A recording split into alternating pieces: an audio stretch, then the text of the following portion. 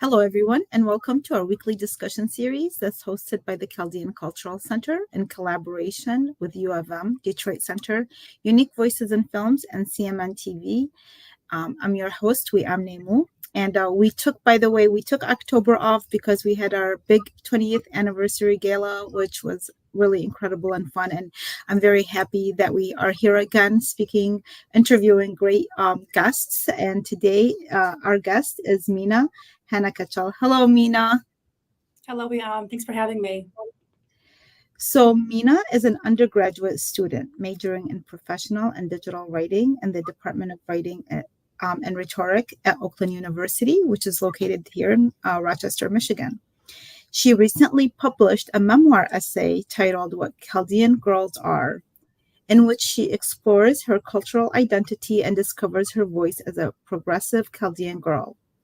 Mena is also one of the 2023 Oakland University Keeper of the Dream Scholarship Award recipient. Her academic pursuits are noted in her passion and linguistic justice and diversity. Amazing.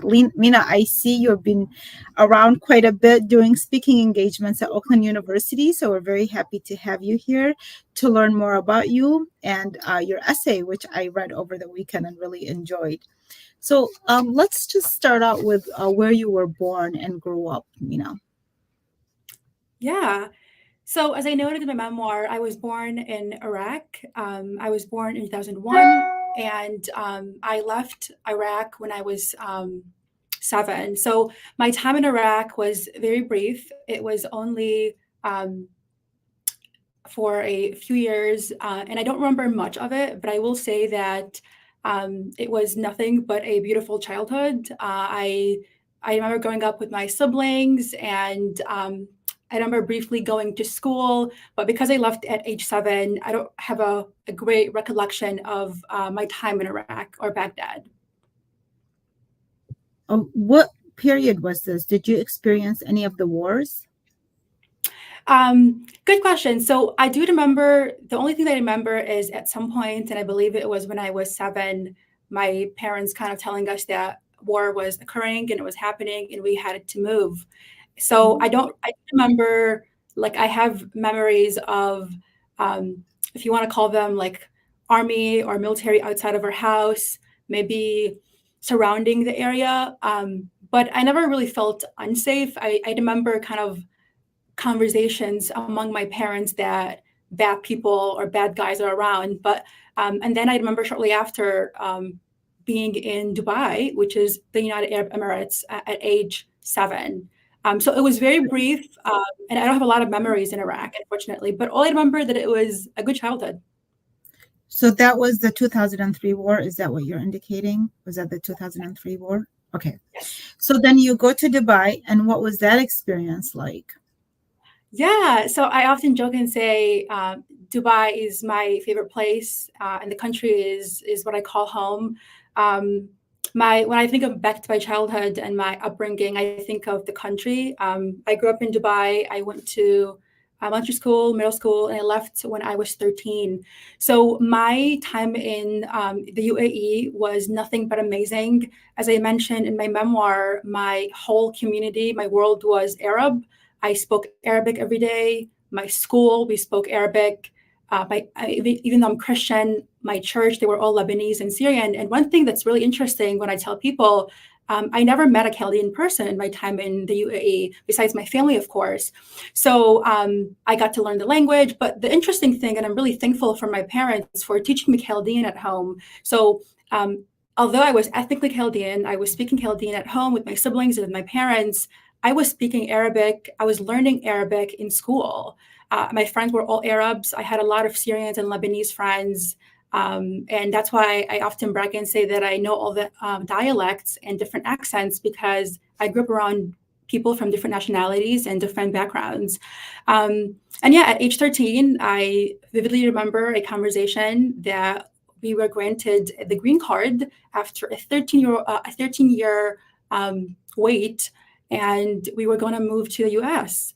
And at age 13, it's the age, especially as a girl or as a woman, it's where you're navigating teenagehood and entering a different phase of your life. And as I mentioned, I did not want to come here and move. But the rhetoric among immigrant families and immigrant households is that we were going to come here and start a new life and build a future. And I often joke and say, I still believe in the American dream, and my parents, that's what they instilled in us to come to the US. I miss it every single day. I want to go back and visit once I graduate. But it's truly the place that shaped me for who I am today. And I'm forever grateful that I get to speak different languages and I have different backgrounds. I was with different people with different backgrounds, and I have a lot of knowledge to navigate people that have different experiences than me. So let's get down, because now you introduced us to your background and you coming here, and then this is kind of where it starts. And your essay is, I believe, age 13, correct? Correct. Yes. Yes. So this is your essay here. It's called "What Chaldean Girls Are," and I had the chance to read it over the weekend. It's an interesting read because it takes you right into your feelings, and there's dialogue, and you really get into the heart of what you're trying to say easily. So I found it very easy. I read it like at one time. Before we go into all the aspects that's involved in the memoir, what led you to write this? How old were you? You start off at 13. How old when you felt that, writing it, or was it over time? Was it over time that you were collecting these essays, or was it just at a one sit-in where you felt like you need to express all of this on paper? Yeah, it's a very good question. So I wrote this essay back in January of this year, actually. I wrote this in a creative nonfiction class. As you mentioned, I am a writing and rhetoric major, and one of the courses in the major is creative nonfiction. So it was a writing prompt that was assigned to me back in January, and the writing prompt was to write about a place or memory that incorporates cultural expectations or familial structures. And, first thing that came to mind was to document these scenes and my life, which I did in this memoir. But here's the anecdote that I think is really interesting, actually. When I came to Oakland University back in 2020, when I was a freshman, I was assigned, I was in a writing course. And my first ever essay that I wrote in college was actually a mini version of this memoir. Keep in mind, I was 18 at the time. I had just come to Oakland University. And of course, at the time, I didn't have the experiences that I now have. I did not meet or didn't have the sense of community that I have now at the university. So it was a mini version. I explore similar topics. A lot of them were expectations that were imposed as a little girl.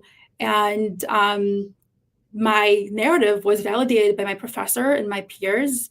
And as I mentioned in my memoir, I felt like I found my voice, not only my voice, but I found a sense of community that for the first time in a long time uplifted and validated my narrative as a Chaldean girl. And little do you know, I decided to change my major. I was a communication major. I decided to pursue writing because I felt in that moment that my voice had power. And I changed my major and I went on to do a lot of social justice work. As you mentioned in my bio, I am very interested in advocating for students' right to their own language. And again, back in January of this year, I was once again in a advanced writing course. And I wrote this because I felt that it was the right time, and I was in a state where I was emotionally detached from the feelings associated with it because I had already done the work of kind of exploring my life, but also my feelings. So I can say that while writing this and while talking about this now, it's been actually I hit 3 months yesterday of publishing this. I'm no longer hurt. I don't have the kind of the feelings of being hurt or being misunderstood because I have already done the work by finding a community at Oakland, by going to therapy, by exploring my feelings and the behaviors, or understanding the culture more. But to answer your question more directly, why did I write this? And the answer has stayed simple since day one. I wanted to inspire other Chaldean girls, to show them that that their narrative isn't so excluded, and that there are other Chaldean girls like myself who have had similar challenges in the culture. Well, yeah, I do think it's inspiring that when you read somebody a story and you feel like you can relate to it, and a lot of women, especially writers, we have a different type of interests. Okay, we're not into the looking good 24/7 and having the perfect body type of thing. And this is one of the things from the very beginning you address, of being criticized about your weight. And we are our community is pretty blunt. I'm not. I make sure that I don't repeat these kind of things. But where that judgment, which might seem like it's coming from or they might think it's coming from a good place, right? That giving you advice about being overweight, but it is in our culture that they're very blunt, and oftentimes it's criticism about looks, and it's usually towards women, I think. So when you were, by the way, has your family or some of the people that you describe here that you hung out with in the garage and had these chats with, has anybody read it? Great question. Yeah. So the direct and simple answer to that is I do not know. I think I've had a lot of great reactions from the community, from my community at OU, since I like to think it's a universal essay. To answer your question, I haven't had anyone directly tell me anything. And I like to think that I have tried my best to portray and to write my memoir and my story in a very fair and objective manner. One of the concerns that I had, which I have been public about while navigating this aftermath of publishing this essay, is feeling like I had called out anyone. But I think from the reactions and the feedback that I have received from my readers and from my community, I have constructed scenes, and I have gathered scenes to the best of my ability. And as you know, you're a writer as well. Sometimes you don't recall dialogue because it happened 10 years ago or it happened a few years ago. But I think it sticks with you for a reason. So to answer your question, I haven't had anyone directly tell me anything. And I often joke and say that this is a memoir. And it's a memoir that I remember how things happened and how dialogue came about, and I tried to depict that to the best of my ability. But my family, my immediate family, actually, my siblings and my parents, they have looked into it. They have been supportive of me. We had a public reading at Oakland University a few weeks ago, and they came out and supported me. I like to joke and say that they sometimes don't understand everything that I do and advocate for, but they know that it's for a good cause. So, and I really appreciate that. Yeah. And so how was it that you felt like, in my case, I came, I was a little bit younger than you. We arrived when I was 10 years old, but we lived in a all American community. There was no, the neighborhood that we lived in 1981, Shelby Township, there was no Chaldeans, no Middle Easterners. So, and my family encouraged me, including the males, encouraged us to be more progressive and more Americanized. I think that might have been part of the reason where sometimes when I navigated certain topics and I was able to write memoirs and be that open, although it still wasn't easy because I was like keeping in mind there has to be a certain type of respect or a certain type. You're not trying to, you're not trying to bring anybody out their names out in a way and destroy anybody's image or anything like that, but you are wanting to honor your feelings. And so there has to be a trying to try to find a balance in that. How do I express honestly my feelings, but then not make it seem like I'm just, dogging this person completely? How did you find that balance? And were you concerned that when it came out, how did you not restrain yourself from? What did you restrain yourself from, and what were areas that you felt like you had the right to express?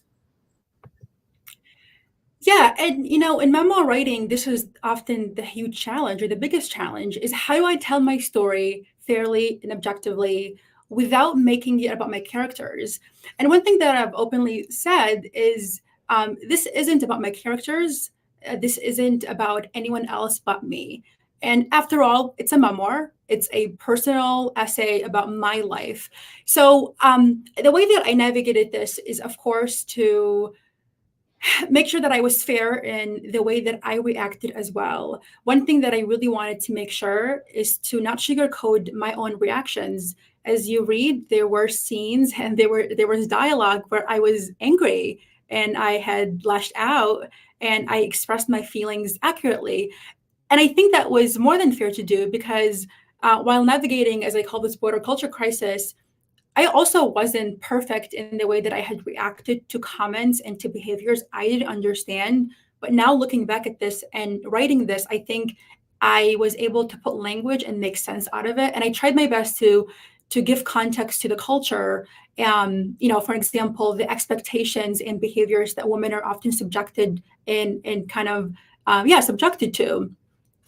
But to answer your question about the way that I found a balance, I want to give a huge shout out to my editor, my friend Samantha, and my professor who I took this class with and also edited the piece, Professor Kathy Rorai. They were both kind of people behind the scenes, making sure that I gave context to comments that were being said. So I did not portray my characters in an unfair manner. And the reality is, as a first draft, you are letting your story out. You are letting all the hurts and all the feelings and everything that you recall. But at a certain point, and the point to me was when I decided to publish this, I had to take a step back and I had to look at my piece objectively and ask myself, if I want to reach a broader audience, if I want to reach a community, including my characters, including my family, including my relatives, how do I make sure that I am doing it fairly?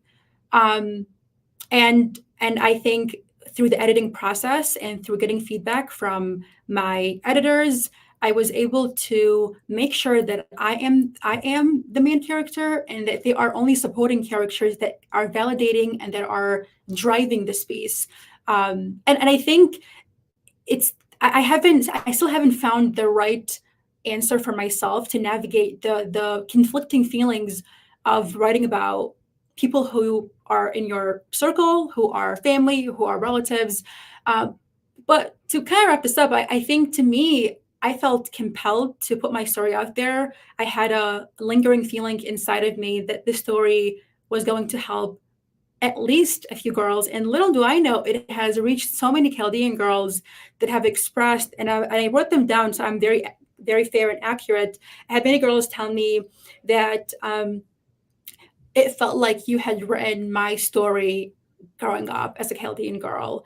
But the difference is I just didn't have the courage, and I still don't have the courage to publicly say it because of the backlash and the reaction that the community or family may have. And I think this speaks to the level of censorship that it kind of occurs in the community, especially when women, speak about their experiences in the community. Yeah, but it seems like based on what you said, and that was my experience as well, that there wasn't as much of a backlash as there was in our heads. I think that once you express yourself and you find that people can relate to that story, and there might be some criticism here and there, but I think a lot of it is what's in our head, coming from an oppressive area, coming from a tribal area where we feel we have to be protective towards each other regardless and not be as expressive. But I want to read an excerpt from here that I found. It was like almost from the very beginning about the expectations that Chaldeans have of women. So it says, one of those hookah nights in the garage, a relative shared her wedding pictures with my cousin and me.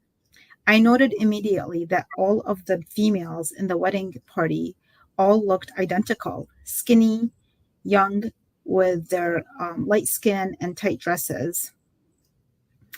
I'm sure that the dresses were tailored to fit their perfect matching bodies.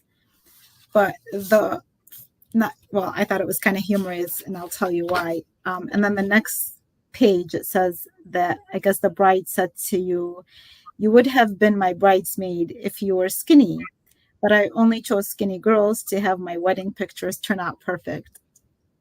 Yeah. Yeah, the audacity of that, right? There is this obsession with women being skinny, and I joke with my family. I'm much older than you, and I go to gatherings, and there's always this tendency of just mentioning the weight. You lost weight, you gained weight. You gained weight, you lost weight. I get noticed when I gain weight. I'm never told that I lost weight when I lose it.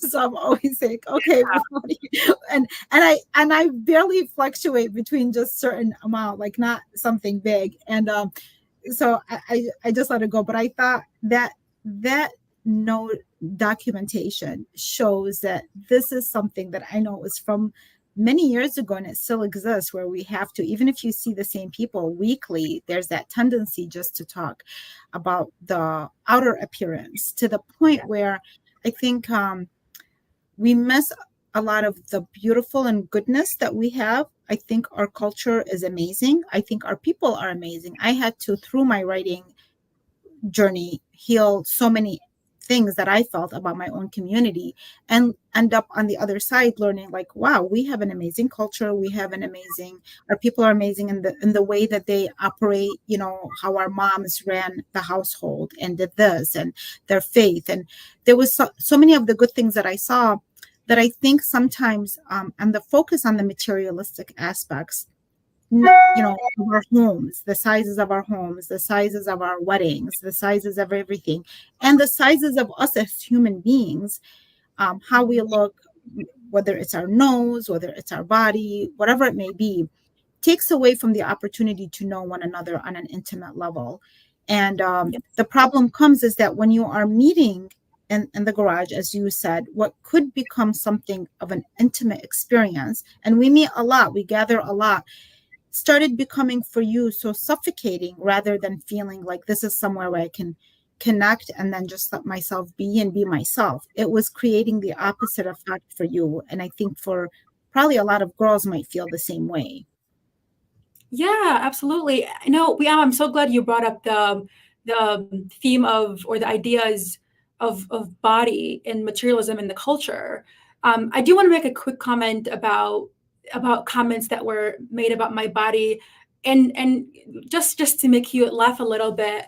I have noticed a shift after finding my voice and after doing a lot of work in my community, in my university, that now the rhetoric has shifted, that I look skinnier, that I'm thinner. And I'm being funny here, but what I'm trying to say, my reaction has stayed the same. I don't think discussing anyone's body is my business. I think it's a very personal matter, and I don't think that's political in any way. And sometimes, and I just had this interaction with a relative, that I was supposed to be flattered if they thought I look better or skinnier or different. And to me, I think that the rhetoric and the language surrounding looks and bodies and noses is just unnecessary. I am someone who wants to talk about abstract and abstract ideals and ideas in the world, issues that are going on in the world that are much more powerful and effective than dissecting my body or my looks. And yeah, I totally agree with you. I think I love what you said about it takes away from getting to know each other. I often felt like I was never really known for who I was and what I believed in, because we were so fixated about the exterior or outside things that I thought were irrelevant. And unfortunately, when you're young, when you're 13, 14, 15, what happens is that you not only internalize it, but you kind of enter this battle with yourself, that you don't belong within a circle that you are inherently meant to belong in, like family, like community, like culture. And it makes me sad that many girls navigate this experience of not fitting in solely based on things that make them unique or different. But yeah, it's sad and it's unfortunate. But one thing that I do, and I will forever do, I stand up when inappropriate comments are being made, because I think they are inappropriate. That's it. Yeah, they And are and I inappropriate. think, by the way, like even though we are focusing on women and girls, but it Yes, does happen to males as well. I'm sure. I've known situations where they also feel like they have to, set a certain standard or be of of a certain standard. Otherwise, their families will look at them differently or constantly asking them about their achievements or what have you. So there are others that also have that feeling of feeling that the need to be perfect. Um, Yes. so you've mentioned how people have responded to it, and for me, I think when I read it, I see where you're coming from. I've experienced it myself, and I like the fact that you show how you came around, how this kind of healed you, and you found your way on the other side. So it's not like you were trying to criticize Chaldeans in a way just to. You said it's not like there's anything wrong with them. It's not anything wrong, but you just couldn't feel that you fit in because of the atmosphere and the focus that they had on. Do you see yourself following up with another essay that kind of shows how maybe there was more of a harmony created between even the community after having written this and after going on these various talks and such? Yes, absolutely. So one of my next writing project is actually an op-ed that I'm hoping gets published in a Chaldean newspaper or a Chaldean or Middle Eastern space, whoever is willing to publish me and take my progressive voice as a Chaldean woman. And the objective and the goal of writing this op-ed is to kind of, I want it to be like a sequel of this essay, because what has happened in the past 3 months is I've cultivated a sense and a community of girls and people. I've had men. I often joke and say I have a man in Colombia who feels like I changed his life. Very flattering. But the goal of this is that this is a universal piece, and this is reaching many people who have had a lot of similar challenges. And my op-ed is touching on my vision for the community, for being open to change, for being open for progressiveness. And I want to write it in a way where I'm not overstepping their ideals, because I recognize the clinginess, I recognize the strong culture that we have as a community that I absolutely respect. I respect it and I understand it. I know where it comes from. So to answer your question, yes, I am writing an op-ed, and it's kind of serving as I have anecdotes about the reactions and the scenarios that I have experienced being progressive.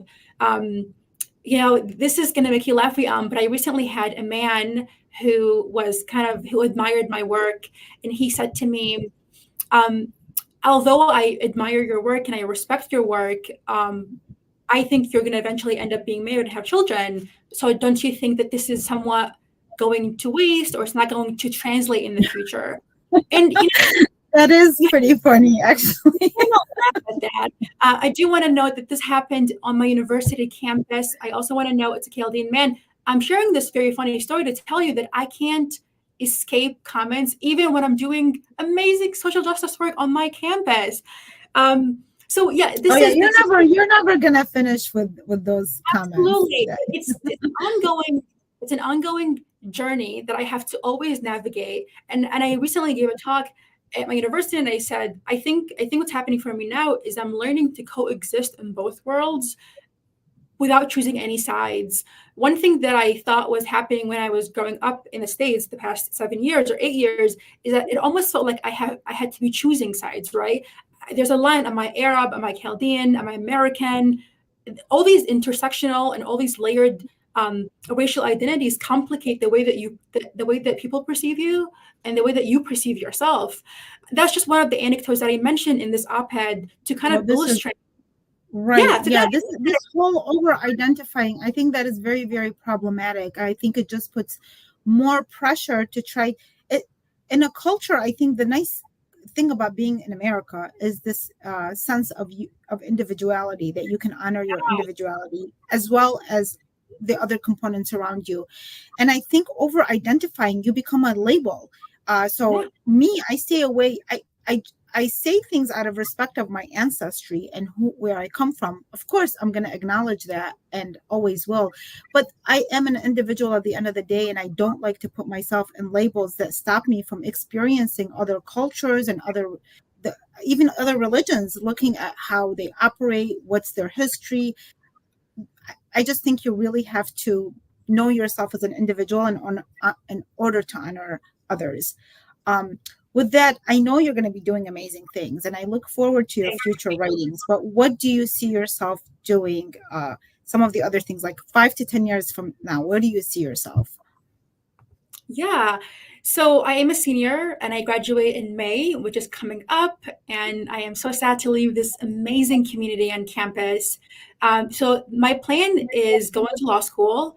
I am taking a gap year to study for the LSAT, to do more writing, to kind of, I feel like since publishing this, so many opportunities have come for me. And everyone is giving me their 2 cents about pursuing writing full time and about doing certain things. And I'm like, no, we're going to law school. This is something that I've always wanted to do. I have always wanted to go to law school, get my law degree, get the knowledge. So the plan is to go to law school. I want to practice for a few years. I want to specialize in civil rights, human rights. And then eventually I see myself starting a nonprofit or focusing on one cause that I'm really passionate about while still writing on the side, while still having my opinion and writing about issues that matter to me. But I feel like with a law degree, I have credibility that my work is rooted in social justice and advocacy. So in 5 to 10 years, no, I hope no one gets offended. I want to probably move to a bigger city. I see myself in maybe New York City or a different city. But also, one thing that's been happening to me is because I'm doing this work in the community, I often think to myself, the different opportunities and the different audiences that I have, including the Chaldean community. But that's where I'm kind of seeing myself in 5 to 10 years. So, last words, if you were just going to give one message with just people in general, but especially like writers who are trying to express themselves, who are from minority groups that might not feel as comfortable doing so, what would you say to them? Yeah. So one anecdote that I want to mention before saying my few words, there was a comment made recently to me that my family can say certain things. It doesn't mean that I can write about them. And my reaction to that was directed to writers who I was speaking to. And I told them, write the story that you want to write. Don't let anyone censor you or tell you the stories and the narratives that you choose to put out in the world. And the biggest example and the biggest evidence for that for me is the level of attention and validation that I have received solely on choosing a story that I was apparently told that I should have kept away just so I can comfort a few people. I think to me, it's once again, I think it's censorship in itself. So my advice to writers is whatever story or message or narrative that you want to tell, say it and tell it and write it fairly and objectively. Because especially when writing about communities and people, I mean, you are writing about people with feelings and people with their own perceptions of the world and their own experiences. And as you may know, when you're writing about other people, they will always see things from a different lens. So how can you write that story while also being fair about them? And I also want to mention this, although I wrote this for Chaldean girls, I think my message to maybe the Chaldean community is how can we coexist while accepting who we are, regardless of our differences? And how can we have simple dialogues about ways that are things that are different about ourselves while also kind of respecting each other? I think that's kind of the overall message here is although I don't always think that I fit in because we sometimes don't always have conversations and we don't talk to each other about what makes us different. So, Mena, where can people get this? I know you were kind to give me a copy, but where can people get a copy of this? Yeah, I know so my it's also available online, right, for people? Yeah, so the memoir essay is available on the Paradox magazine. It's a journal online, and funny enough, my department was generous enough to make physical copies for my reading that happened a few weeks ago at OU. I have copies. I made copies for people who are interested in having a print one. It's a different experience when you're like navigating this on print. I mean, the best way you can get this is to read it online, which is how most people read it. And if you're really interested in a physical copy, you can reach out to me. I've actually had people stop me on campus, and this is something that you might like, who want to write about the community, but don't always think that they have an audience. And I was very intentional about having the word Chaldean in my title to target other Chaldeans, to tell their stories in whatever direction, in whatever narrative or lens they want to target. Yeah.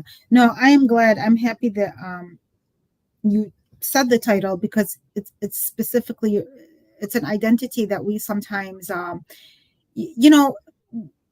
being universal as a writer is being a good writer, is being able to share. Once you share your feelings and your thoughts clearly, anybody should be able to connect. You were at the Beth Nahrain conference that we had Saturday, and I was telling people how the first book I read at 9 years old was Gone with the Wind. And I related to it because the author brought the characters to life. I was nowhere before that. I mean, as a child, how do you even connect to something like this, a world that you've never even seen? But I connected to the characters, and I think your memoir has that in it, where you are connecting to a girl's feelings, and then you're also being introducing to non-Chaldeans what we go through. I think that's also important too. And then there are many non-Chaldeans that might be experiencing this. So I think if you're a good writer, you can reach anybody. But it's important for people to know, who are you that you are sharing this? And you make it very clear who you are, what your experiences are.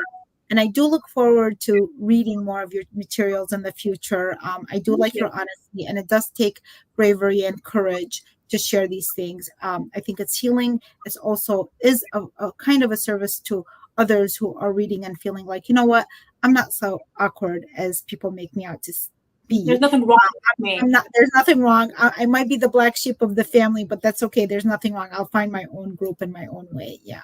So that's beautiful. Yes, absolutely. I want to thank you for giving me this platform. I think one thing that makes my heart so happy is having other Chaldeans be open to these conversations that are often very challenging and very hard to have. So thank you for having me. And it was so nice. They're very important. Oh, my pleasure. They're very important to have. I applaud you for your accomplishments, and I wish you the best of luck. Thank you, Mena. Yeah, thank you. Thank you, everybody, for watching, and have a wonderful day. Bye-bye.